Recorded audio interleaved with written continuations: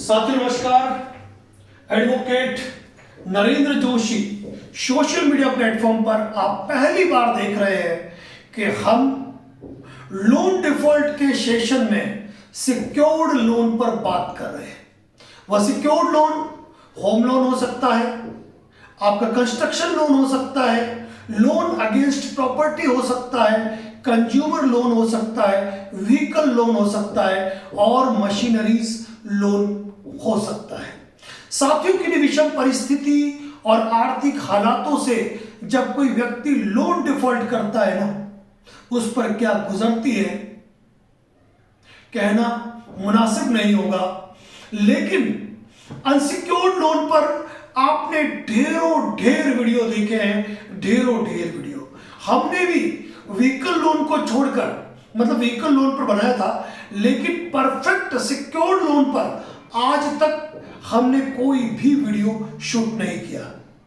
आज उम्मीद करूंगा कि इस वीडियो का एक एक शब्द आप ध्यान से सुनेंगे और किन्हीं विषम परिस्थिति और आर्थिक हालातों के चलते यदि आप भी अनसिक्योर्ड के साथ सिक्योर्ड लोन डिफॉल्ट कर रहे हैं तो यह वीडियो आपके लिए बहुत ही महत्वपूर्ण होने वाला है। साथियों, घर की बुनियादी जरूरतों के चलते, बच्चों की एजुकेशन के चलते या फिर अपना घर, यह सपना देखकर कई लोग सिक्योर्ड लोन लेते हैं, लेकिन उन सिक्योर्ड लोन को चुकाना और एक लंबे समय तक मेंटेन करना बड़ा ही टेढ़ी खीर हो जाता है और उस सिक्योर्ड लोन के चलते न जाने कितने अनसिक्योर्ड लोन हो जाते हैं और व्यक्ति उस दलदल में धंसता ही जाता है। तो आज मैं topic to topic secured loan की चर्चा करूंगा और उम्मीद करूंगा कि आपके मन में जितने भी सवाल हैं उन सवालों का जवाब आज हमारे इस वीडियो सेशन में रहेगा। साथियों, सबसे पहले तो मैं ये कहना चाहूंगा सिक्योर्ड लोन डिफॉल्ट स्पेशल 2026 और पहला वीडियो कहूंगा क्योंकि इससे पहले हमने कोई ऐसा परफेक्ट वीडियो आज तक इस टॉपिक पर नहीं बनाया है। अब बात करते हैं शुरुआत कि जब भी किसी व्यक्ति को लोन की जरूरत होती है, सिक्योर्ड लोन की, तो व्यक्ति दौड़ा चला जाता है कि मुझे जल्दी से और आसानी से लोन कहां मिल जाएगा और लोग एनबीएफसी के शिकार हो जाते हैं। मेरा आपसे गुजारिश है, यदि किसी कारणवश लोन लेना पड़ा ना, तो आप नेशनलाइज्ड बैंकों के पास जाइए, प्राइवेट बैंक्स के पास जाइए, भले ही आपको दो पैसा तो नहीं कहूंगा, आपको वहां पर समय थोड़ा ज्यादा लगेगा, प्रोसेसिंग थोड़ी ज्यादा होगी, लोन अमाउंट थोड़ा कम होगा, जितना आप चाहोगे उतना नहीं होगा, लेकिन बहुत बड़े तनावों से मुक्ति पा लोगे। लेकिन ले ही लिया है, अपना सर जो है वो ओखल में डाल ही दिया है और अब स्थिति ये हो गई है कि लोन भर नहीं पा रहे हैं और अब ये सोचते हैं कि साला कुछ भी हो, मेरे से लोन भरना अब तो मुश्किल है, अब किसी तरह इस प्रॉपर्टी को बेच दूं, उससे पैसा आएगा, उससे लोन चुका दूं, कुछ पैसा बच गया तो मेरे काम आ जाएगा और नहीं बचा तो कोई बात नहीं। लेकिन ऐसा भी नहीं होने देती है एनबीएफसी कंपनियां।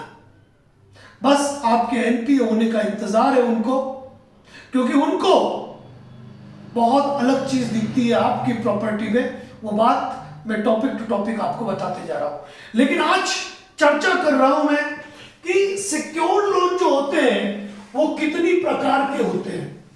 ध्यान रखिएगा, मैं गोल्ड लोन की बात नहीं कर रहा हूं। सबसे पहले होम लोन, बुनियादी जरूरत। हर व्यक्ति सोचता है कि मेरा अपना घर हो, कुछ मार्जिन मनी लगाकर वह कोई प्रॉपर्टी खरीदता है, मकान खरीदता है और उस पर लोन लेता है। पहले से आपके पास मकान है, आपने loan against property mortgage loan ले रखा है, सीसी ले रखा है, कोई बिजनेस लोन ले रखा है, लेकिन आपने अपनी प्रॉपर्टी को मॉर्गेज कर रखा है। आगे चलते हैं। जो हर गांव के अंदर एक चीज है, केसीसी, किसान क्रेडिट कार्ड। किसान क्रेडिट कार्ड जो किसानों को उनकी एग्रीकल्चर लैंड पर मिलता है। इसके बाद करते हैं vehicle loan, car, motorcycle, scooter, truck, बस, जितने भी प्रकार के वाहन हैं उनका लोन। इसके बाद आपके कोई प्रोजेक्ट है, बड़े बिजनेस है, तो आपने मशीनरीज पर लोन ले रखा है, जहां आपकी मशीनरीज मॉर्गेज है। और एक अंतिम लोन है कंज्यूमर लोन, मोबाइल से लेकर computer, LED, fridge, AC, washing machine, घर का फर्नीचर, बहुत सारी चीजें हैं। ये है कंज्यूमर लोन।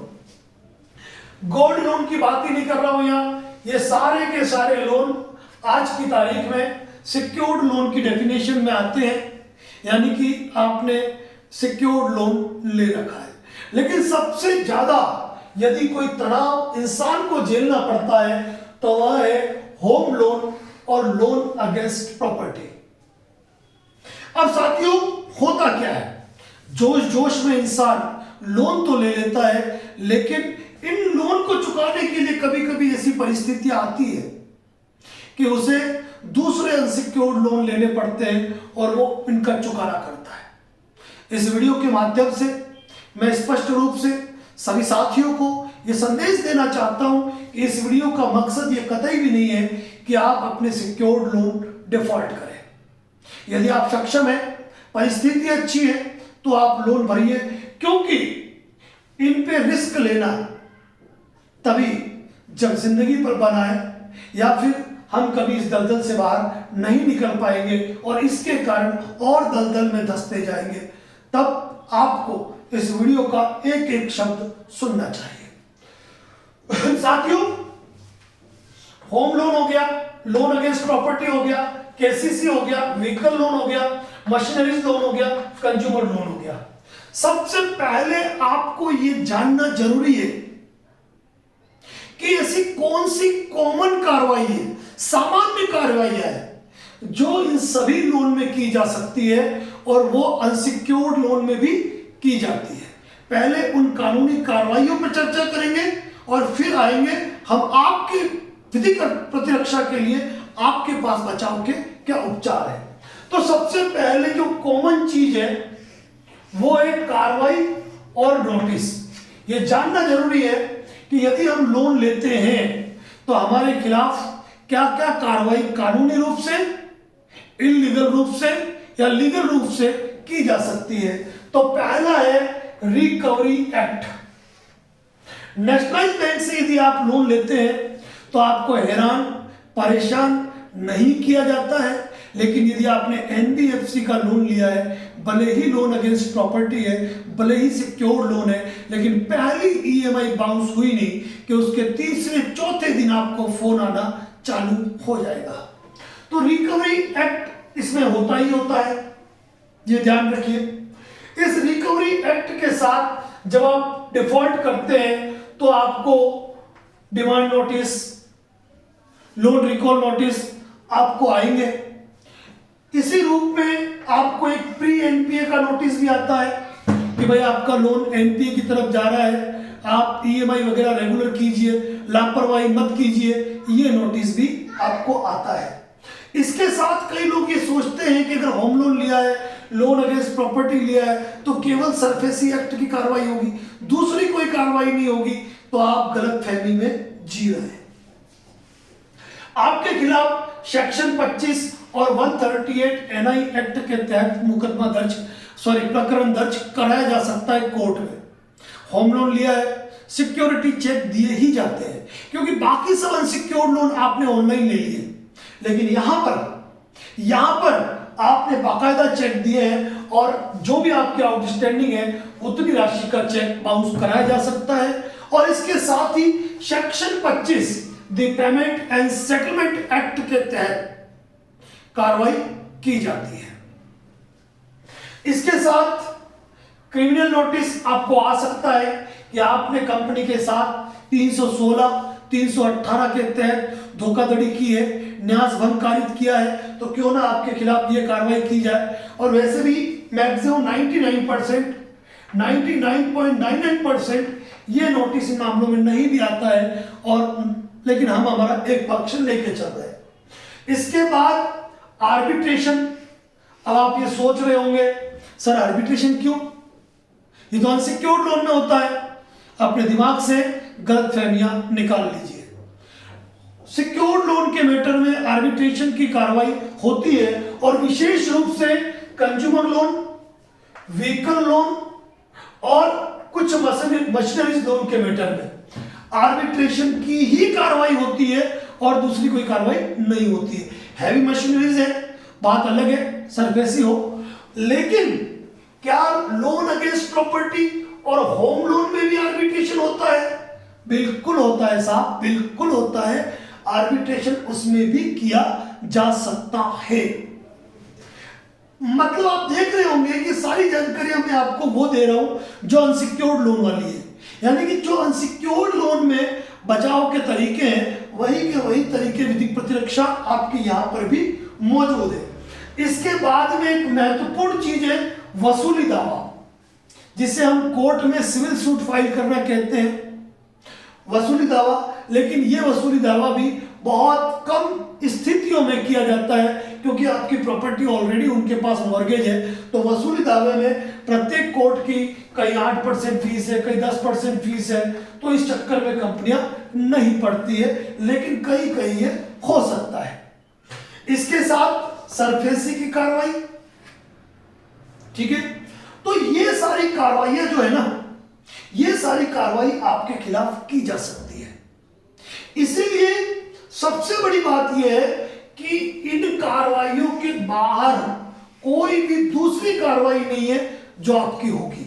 मुद्दे की बात सुन लेना, कोई भी लोन हो, इन कानूनी कार्रवाइयों के अलावा कौन कौन सी कही मैंने? Recovery act, loan recall notice, loan demand notice, pre NPA notice, section 25, 138 की कार्रवाई, क्रिमिनल कंप्लेंट, आर्बिट्रेशन, वसूली दावा, सरफेसी की कार्रवाई, बस इनके अलावा कभी भी कोई अगली कार्रवाई नहीं की जाती है। तो ये चीज आपको क्लियरली यहां पर मेंशन हो चुका होगा कि कौन सी कार्रवाई मूल रूप से कंपनी द्वारा की जाती है। अब यहां पर मैं आपको खुलकर स्पष्ट करना चाहूंगा कि यदि कोई हालात खराब है, परिस्थितियां विकट है, तो ही आप home loan, loan against property के डिफॉल्ट में जाए। लेकिन इनको भरने के चक्कर में अनसिक्योर्ड लोन का बजट मत बिगाड़ना। मतलब अनसिक्योर्ड लोन पे अनसिक्योर्ड लोन लेकर इनको भरते जाओगे ना, कुछ हासिल होने वाला नहीं है। क्योंकि ये जो लोन है ना, ये कोई 12 महीने, 24 महीने, 36 महीने नहीं है। ये लोन कुछ कुछ लोगों के 30-30 साल के होते हैं, किसी के 25 साल के, किसी के 15 साल के, आधी जिंदगी निकल जाती है। इस चीज को ध्यान रखें। और एक बहुत बड़ी बात कहता हूं, बहुत बड़ी बात, ध्यान से सुनना। कई लोग जो हमको फोन करते हैं, कहते सर मैंने 20 लाख का लोन लिया था, लेकिन मैं 10 लाख रुपए जमा करा चुका हूं। और वो ऐसे कहते हैं जैसे उन्होंने एहसान कर दिया। आपको बता दूं, अगर आपने 10 लाख रुपया भी जमा करा दिया ना, तो आपके मूल में बमुश्किल 1.5 लाख रुपया जमा हुआ। क्योंकि एक वक्त होता है कि 20 लाख के लोन के ऊपर यदि आपके 20,000 रुपए की ईएमआई है, तो पहले दूसरे महीने केवल 1,000 रुपए ही जमा होते हैं। कहीं कहीं तो 500 रुपए जमा होते हैं मूल में, बाकी सब जाता है ब्याज में। इसीलिए ध्यान रखना, क्योंकि ये लंबे वाले लोन है। आप लोग क्या सोचते हो, अनसिक्योर्ड लोन लिया, 5 साल में इतना भर दिया, वहां चल जाएगा।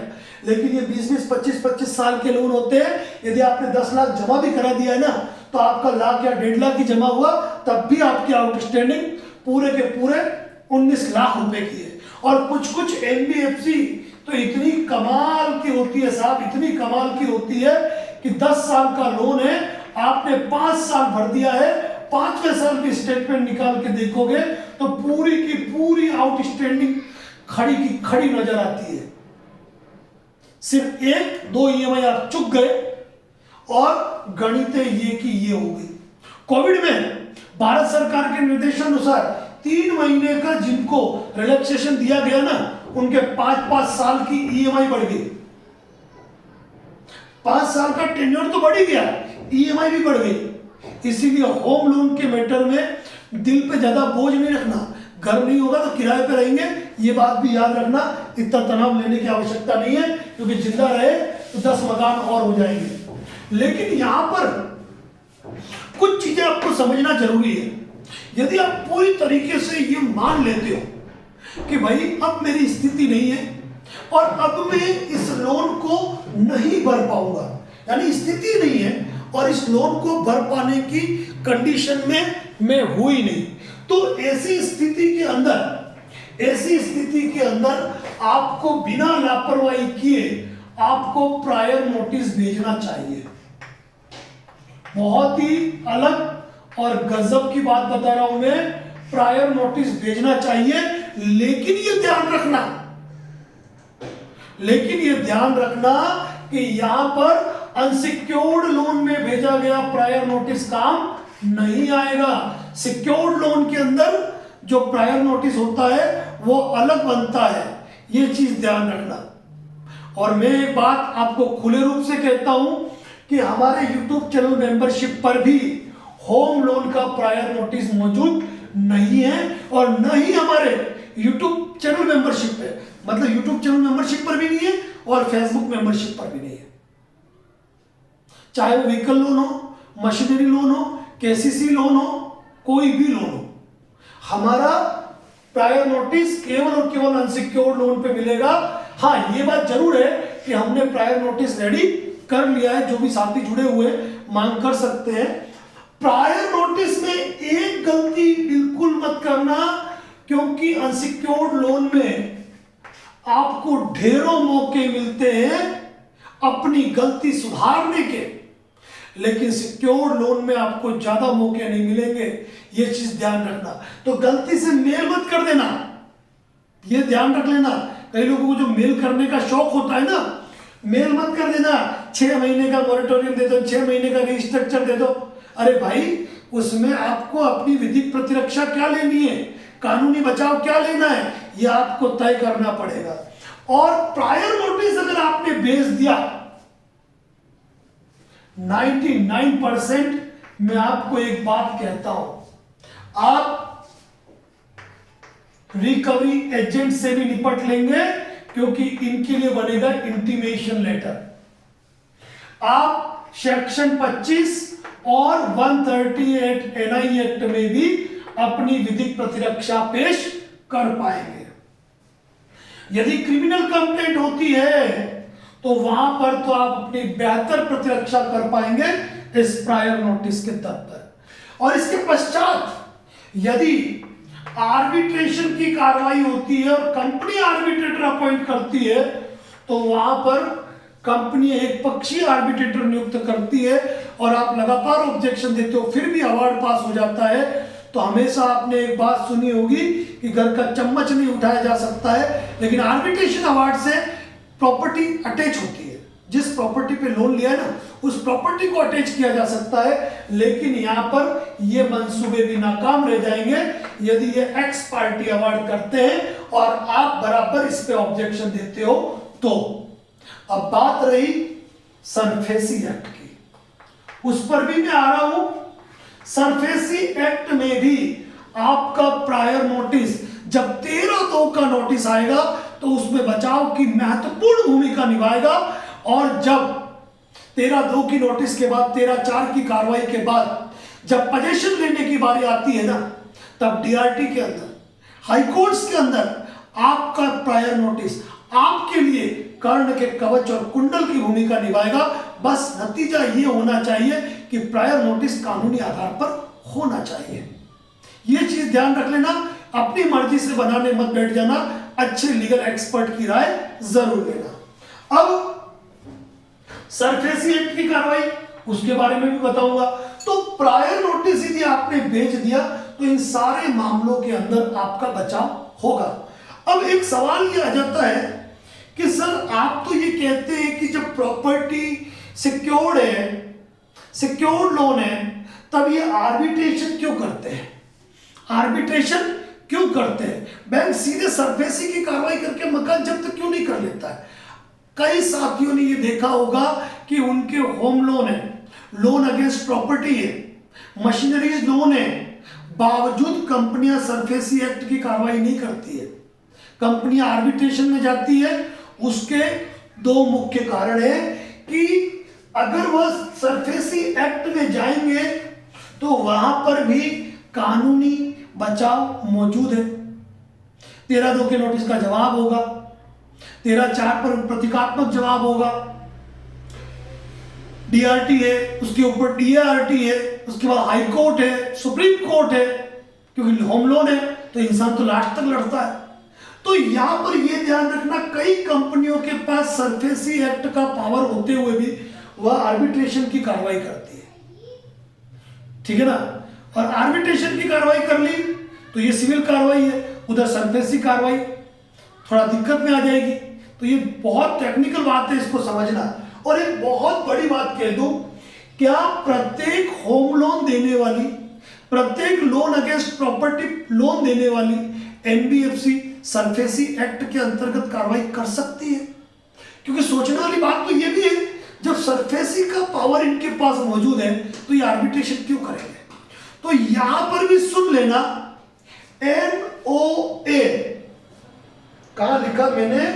एनओए लिखा नहीं है, एनओए, नेट ओन्ड असेट्स, यानी कि जिस कंपनी की जो वर्थ होती है ना, वर्थ अपन कहते हैं, जिस कंपनी की वर्थ 100 करोड़ के ऊपर होती है, 100 करोड़ के ऊपर जिस कंपनी की वर्थ है, उसी को सरफेसी एक्ट का अधिकार मिलता है। यूं नहीं कि एनबीएफसी आरबीआई से रजिस्टर्ड है तो वह सरफेसी की कार्रवाई कर सकती है, ऐसा नहीं है। केवल आरबीआई का लाइसेंस होना सरफेसी की कार्रवाई करने का अधिकार नहीं है। उसके लिए कंपनी की नेटवर्थ 100 करोड़ से ऊपर की होनी चाहिए और उसके बाद आरबीआई नोटिफाइड करता है कि ये कंपनियां सरफेसी एक्ट के अंतर्गत कार्रवाई कर सकती है, ये ध्यान रखिए। ठीक है, केवल आरबीआई का लाइसेंस होना यह आवश्यक नहीं है कि कंपनियां सरफेसी एक्ट के अंतर्गत कार्रवाई कर सकती है। दूसरी बात, प्रॉपर्टी जो है ना, प्रॉपर्टी हाइपोथिकेट होनी चाहिए, यानी कि जिन प्रॉपर्टी के खिलाफ आप सरफेसी एक्ट की कार्रवाई कर रहे हो वो प्रॉपर्टी मॉर्गेज होनी चाहिए, ये बात अलग है। अगर यदि आप टाइमली प्रायर नोटिस भेजते हो ना तो आपको उसका बहुत बड़ा बेनिफिट मिलेगा, क्योंकि एनपीए क्लासिफाइड होने पर ही कंपनी आपको सरफेसी एक्ट की धारा 13(2) का नोटिस दे सकती है। लेकिन कुछ कंपनियां कभी कभी ये भूल जाती है कि एनपीए क्लासिफाइड होता क्या है। अगर एनपीए क्लासिफाइड को आप अच्छे तरीके से समझ जाओ, एनपीए क्लासिफाइड को आप अच्छे तरीके से समझ जाओ तो ये मान के चलना कि हिंदुस्तान के आधे सरफेसी एक्ट के मामले ही खत्म हो जाएंगे। इसके बारे में मैं एक डिटेल वीडियो बनाऊंगा, एनपीए क्लासिफाइड होता क्या है। क्योंकि कोई भी कंपनी आपको 13(2) का नोटिस देगी ना, उसके साथ में आपको NPA classified loan statement provide कराती ही नहीं है। क्यों? आखिर क्यों? बहुत बड़ी बात है, मुद्दे की बात है। यह बहुत अलग चीज कही है मैंने, जिस पर कभी विस्तार से चर्चा करूंगा। लेकिन फिर भी कहूंगा कि जब तक हो सके हमको अपने सिक्योर्ड लोन जो है डिफॉल्ट नहीं कराने। लेकिन कभी कभी ऐसी स्थिति हो जाती है कि हम चाहकर भी लोन नहीं भर पाएंगे, तो कल लोन के सेटलमेंट के लिए, निस्तारण के लिए अपनी प्रॉपर्टी हम किसी और को बेच दें, उससे जो पैसा मिले वो हम इनको तो लौटा दें। इस तरीके से आपको ये प्रयास करने पड़ेंगे ताकि आपकी प्रॉपर्टी कचरे भाव से नहीं चली जाए।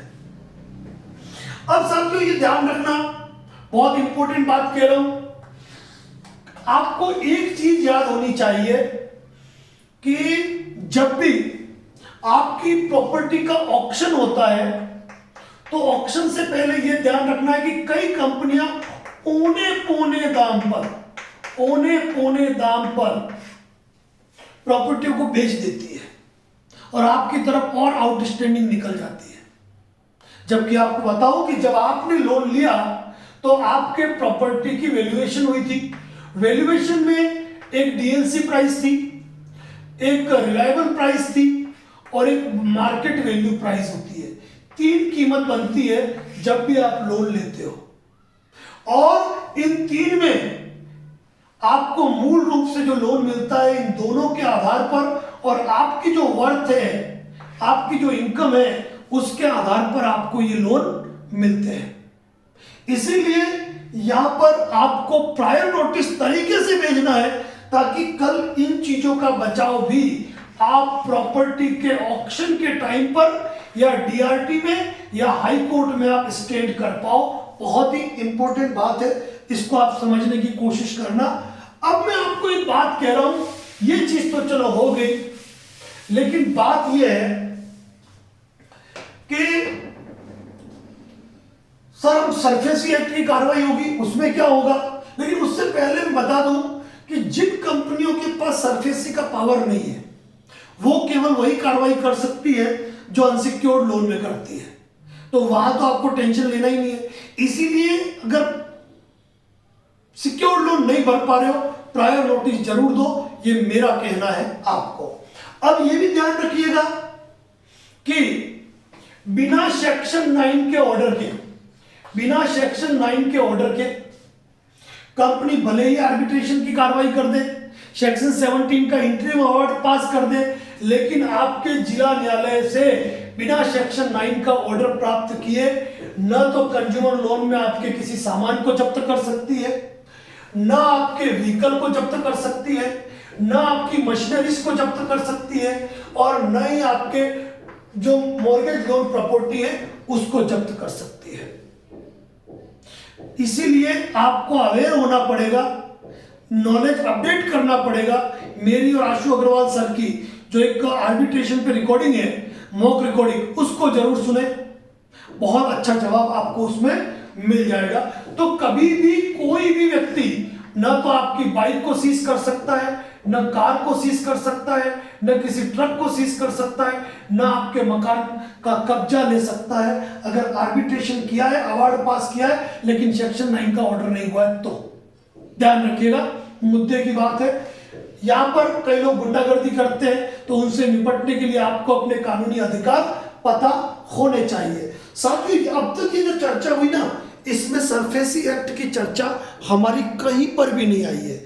हम उस चर्चा को लेने से पहले हम केसीसी की चर्चा लेंगे। केसीसी के मैटर में मैं ये बता दूं, केसीसी में सरफेसी की कार्रवाई नहीं होगी क्योंकि यह एग्रीकल्चर जमीन है, ध्यान रखिएगा। राजस्थान में इसके लिए रोड़ा एक्ट लगता है और अलग अलग राज्यों में इसके लिए अलग अलग कानून है।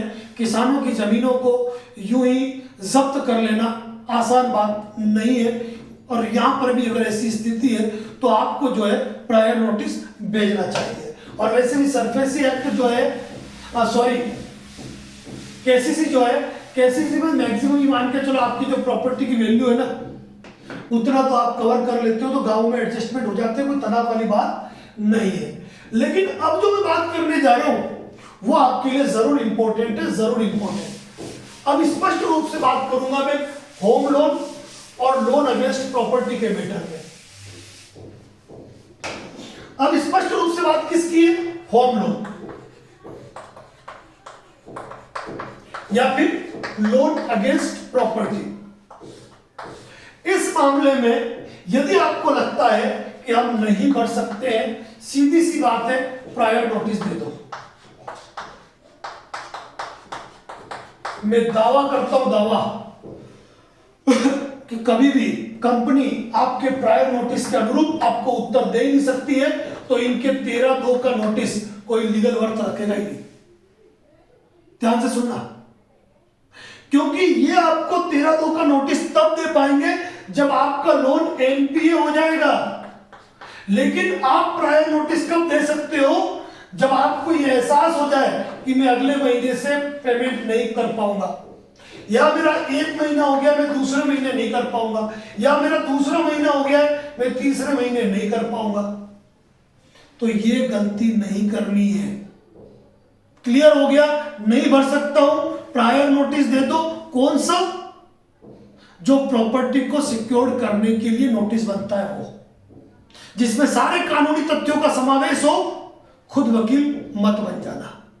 और यदि आप कानूनी तरीके से प्रायर नोटिस देंगे तो ये जवाब नहीं दे पाएंगे, और ऐसी स्थिति में ये 13/2 का नोटिस जारी करेंगे तो आपका प्रायर नोटिस स्टैंड करता है।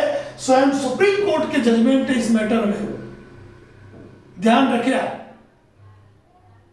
13/2 का नोटिस मान लीजिए इन्होंने आपको 1 फरवरी 2026 को दिया, लोन आपका एनपी हो गया, आपको 60 दिन का टाइम दिया जाता है कि आप पेमेंट जमा कराए। पैसों की व्यवस्था है तो करो, नहीं है तो क्या करना है, छोड़ के थोड़ी बैठना है। हमको इसका रिप्लाई देना है, ऑब्जेक्शन देना है 13/2 का। कानूनी आधारों पे हमको इसका जवाब देना है। लेकिन वो जवाब अगर 60 दिन का नोटिस है तो आप आराम से 50वें दिन, 51वें दिन, 52वें दिन दे सकते हो, लेकिन 60 दिन के अंदर देना है। 13/2 के नोटिस में संपूर्ण राशि की मांग करते हैं कि संपूर्ण राशि जमा कराओ, अन्यथा आगे की कार्रवाई करके आपका प्रॉपर्टी जो है अटैच करेंगे और उसको ऑक्शन करेंगे। अब अगर आपने कोई नोटिस दिया तो इनको कंपनी बैंक का काम है कि आपके इस नोटिस का वो रिप्लाई दे, इसका क्रॉस रिप्लाई दे, क्योंकि बिना क्रॉस रिप्लाई दिए ये जो है आगे 13/4 की कार्रवाई नहीं कर सकते। और अगर आपने ऑब्जेक्शन दे दिया, इन्होंने जवाब नहीं दिया और उसके बाद 13/4 की कार्रवाई होगी, तो ये मान के चलना कि इनकी कार्रवाई ही लटक जाएगी। अब मान लीजिए इन्होंने इस नोटिस का जवाब दिया, आपके कानूनी तथ्यों का जवाब ही नहीं दिया, केवल ignore ignore ignore ignore ignore कर दिया, आपके सारे तथ्यों को दरकिनार कर दिया, कोई दिक्कत नहीं। जब ये 13/4 का नोटिस चस्पा करते हैं आपके घर पे सांकेतिक पोजीशन का, तब आपको, कई लोग कहते हैं 13/4 का रिप्लाई नहीं देना चाहिए, मेरा कहना है कि 13/4 का रिप्लाई भी आपको देना चाहिए। यदि आप पहले प्रायर नोटिस दे चुके हैं, यदि आप पहले प्रायर नोटिस दे चुके हैं, यदि आप 13/2 का रिप्लाई दे चुके हैं, तो इनके 13/4 का जो रिप्लाई बनेगा वह बहुत ही शानदार बनेगा। और वो नोटिस देते हुए उस नोटिस को आप सीसी कर सकते हो। किसको? आपके एरिया के जिला कलेक्टर, जिसको कहते हैं डिस्ट्रिक्ट मजिस्ट्रेट। नोटिस भेजो और सीसी करो डिस्ट्रिक्ट मजिस्ट्रेट। कहीं कहीं पर सीजे में आप सीसी कर सकते हो कि भाई कंपनी जो है इलीगल रूप से, बैंक जो भी इलीगल रूप से काम कर रही है, मैंने जो भी नोटिस दिए उनको रिकॉर्ड के आधार पर, मेरिट के आधार पर उसका जवाब नहीं दिया गया, क्या क्या कमियां रखी गई, उन कमियों को उजागर किया जाता है इसमें। और यहां यदि आप ये प्रक्रिया करते हो तो मान के चलना 13/4 के बाद कोई प्रक्रिया होती नहीं है। बहुत बड़ी बात बता रहा हूं, बहुत बड़ी बात। हमारे कई साथियों ने जब हम सिक्योर लोन पे नहीं बात करते थे, सजेशन दिए, तो उन्होंने इन चीजों को अप्लाई करके देख लिया है। हम तो बहुत लेट आपको यहां बता रहे हैं। तो यहां पर डीएम के बाद, लेकिन एक बात ये ध्यान रखनी है कि अब इस मैटर में जब कोई कार्रवाई हो रही है तो हमको लीगल एक्सपर्ट कैसा ढूंढना चाहिए, हमको लीगल एक्सपर्ट कैसा ढूंढना चाहिए। तो हमेशा ये ध्यान रखो कि लीगल एक्सपर्ट, एडवोकेट जो भी आप ढूंढना चाहते हो, आप अपने क्षेत्र के वकील ढूंढो, अपने क्षेत्र के वकील साहब ढूंढिए।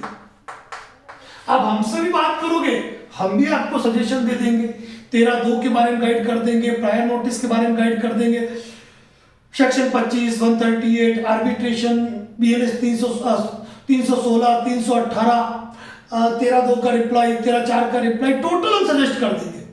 बट फिर भी हम कहते हैं कि अपने क्षेत्र के एक वकील साहब को आपको संपर्क में रखना ही रखना है। और दूसरी बात, 13/4 के वक्त 13/4 के वक्त आपको अपने एरिया के डीआरटी एडवोकेट से चर्चा कर ही लेनी है, क्योंकि यहां पर कोई भी ऑनलाइन लीगल एक्सपर्ट आपके काम नहीं आएगा।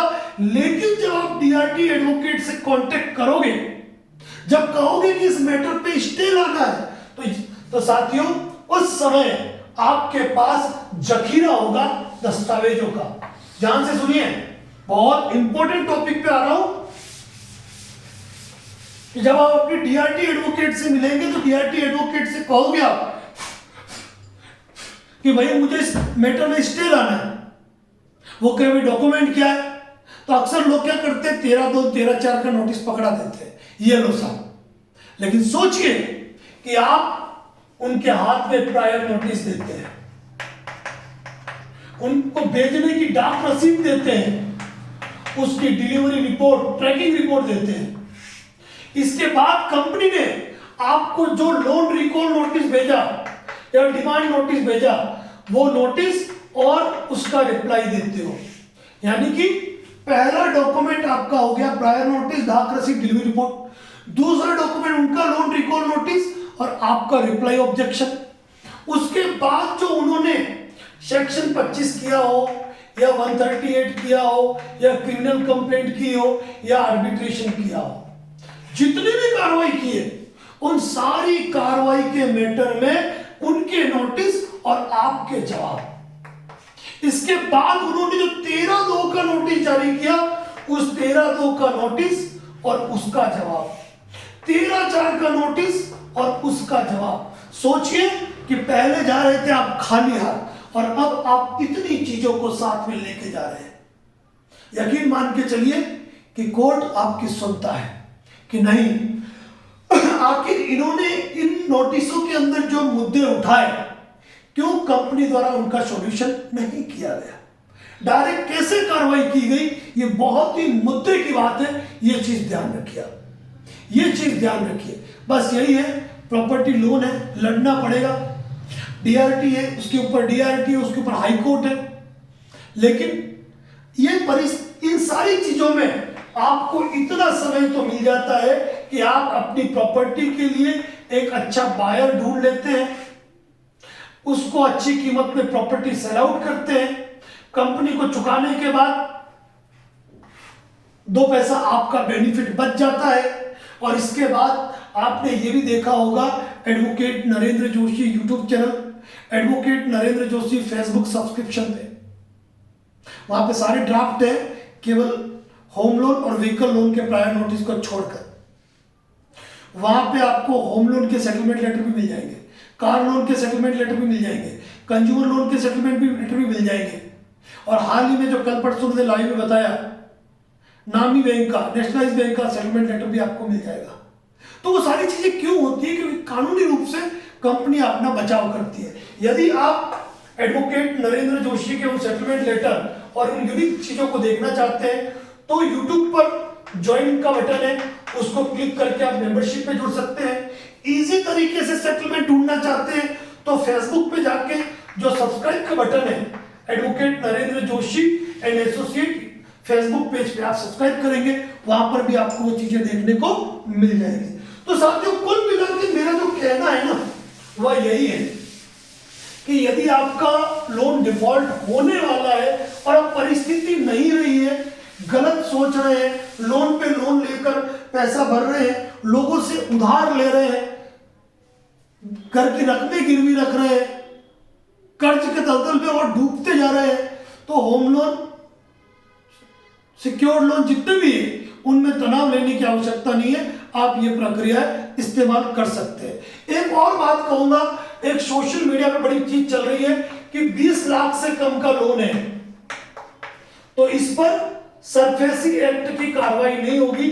हाल ही ये कलकत्ता हाई कोर्ट का निर्णय जो है, इस पर जोर शोर पे सभी लोग अपने वीडियो बना रहे हैं, लेकिन यहां पर मैं मौन हूं, मेरे शब्द मौन है, क्योंकि मैं यहां कुछ बोलना नहीं चाहता हूं, क्योंकि मैं जानता हूं ये कोई पीआईएल ऑर्डर नहीं हुआ है कि आप सभी लोगों पे लागू हो जाएगा, या ये माननीय सर्वोच्च न्यायालय का निर्णय नहीं है, क्योंकि ये ऑर्डर जिस हाईकोर्ट का है, अगर हम उस हाईकोर्ट के ऑर्डर को लेकर हमारे हाईकोर्ट में भी अगर पेश करते हैं तो उस पर संज्ञान लेना नहीं लेना वह संबंधित न्यायालय के विवेकाधिकार पर निर्भर करता है, हमारे कहने से कुछ नहीं होता है। अगर इस मामले में कोई पीआईएल ऑर्डर हो, सर्वोच्च न्यायालय से कोई आदेश हो, तो बात अलग होती है। इसीलिए फिलहाल इस टॉपिक पर मैं कोई चर्चा नहीं करूंगा, बस ये कहूंगा कि केवल इस मुद्दे पे सोच के चुपचाप मत बैठ जाना।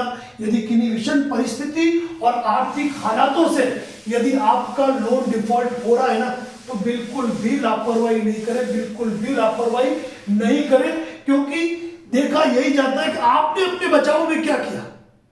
मुद्दे की बात तो यही है ना भाई, लोन डिफॉल्ट हो गया, कंपनी अपनी कानूनी कार्रवाई कर रही है, लेकिन आपने अपने बचाव में क्या किया वो भी तो होना चाहिए। साथियों, सिक्योर्ड लोन पे पहला वीडियो टोटल चीजों को कवर करने की कोशिश की है।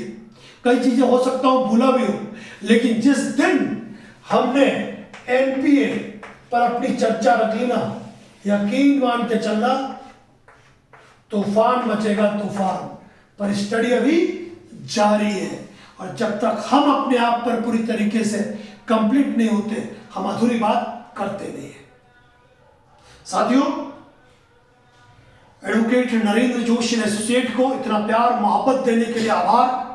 कोशिश करता हूं आपकी हर समस्याओं के लिए बेहतरीन भाषा के अंदर, सरल सहज शब्दों के अंदर आपको जानकारी दे पाऊं। आज का वीडियो आपको कैसा लगा कमेंट बॉक्स में जरूर बताएं, और जनहित में इस वीडियो को जरूर शेयर करें। Thank you so much. जय हिंद, जय भारत, जय मेवाड़।